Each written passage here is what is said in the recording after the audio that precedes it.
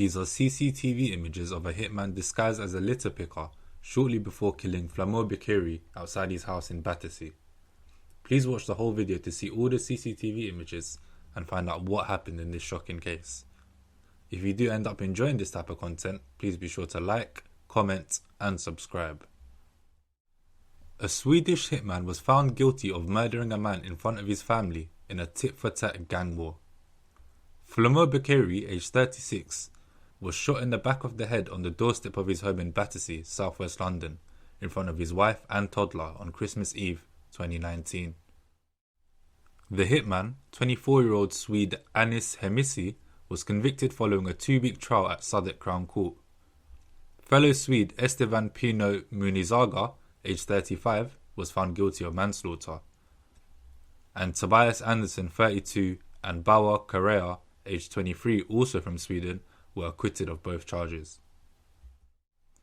The court heard that victim Mr. Beqiri was a kingpin in the international drugs gang organisation, and he had been targeted as part of a feud with a rival organised crime group. He was shot a number of times in a killing that had been 6 months in the planning. The killers came to London from Sweden before returning.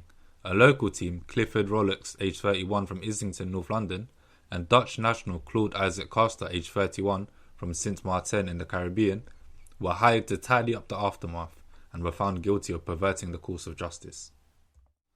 The hitman Hemissi was caught on CCTV wearing a latex mask as he opened fire 10 times with a pistol, hitting Mr. Beqiri 8 times with bullets from behind.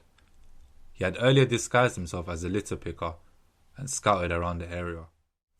I will now play you the full CCTV footage that was released by the police of the hitman disguised in his latex mask, walking around Battersea pretending to be a litter picker.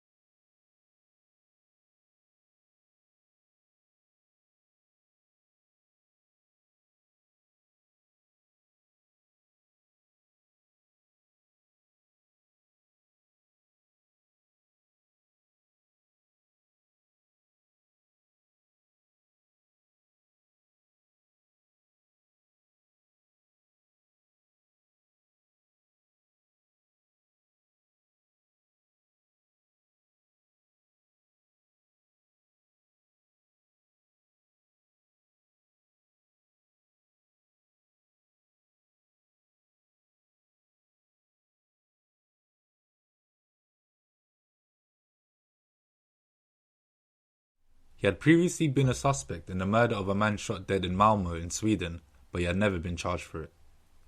Louise Attrell from the Crown Prosecution Service said the international assassination was a shocking, cold-blooded and brutal murder of a man in front of his young family on Christmas Eve. She went on to add that the intention was clear and his intention was to kill. She added that multiple shots had been fired at close range and the murder had been deliberately carried out in a way that would cause maximum terror and trauma given the date, place and circumstances.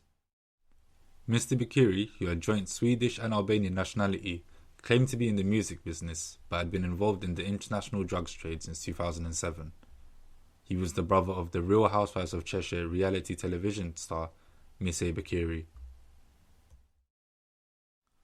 My thoughts on this case are, well, firstly I like to say that if you're involved in these type of things, I think you always have to kind of have an eye open for things like this that can happen. I think we've all heard about Albanians and stuff, and I don't want to be one to generalise, but yeah, when you're involved in pretty high level stuff, as this Flamur Beqiri seemingly was, because it says here that he was actually living in a 1.7 million home in Battersea, and you don't really get a house like that if you're not heavily involved in the drugs trade like he was. And yeah, I feel bad for his family because he was actually killed in front of his toddler and his wife. So God knows what they're thinking. As well as his mother, father, and everything like that as well. They're probably devastated. But I think if you are involved in these things, you need to be careful. You need to, keep your family out of it. I'm sure he did keep his family out of it, but inadvertently, they ended up bearing the brunt of his crimes, I guess. And yeah, I like to, tell people to stay vigilant. If you see people pretending to be litter pickers and never really fully trust them, I guess, because this guy looked quite convincing, as you can see in the CCTV images.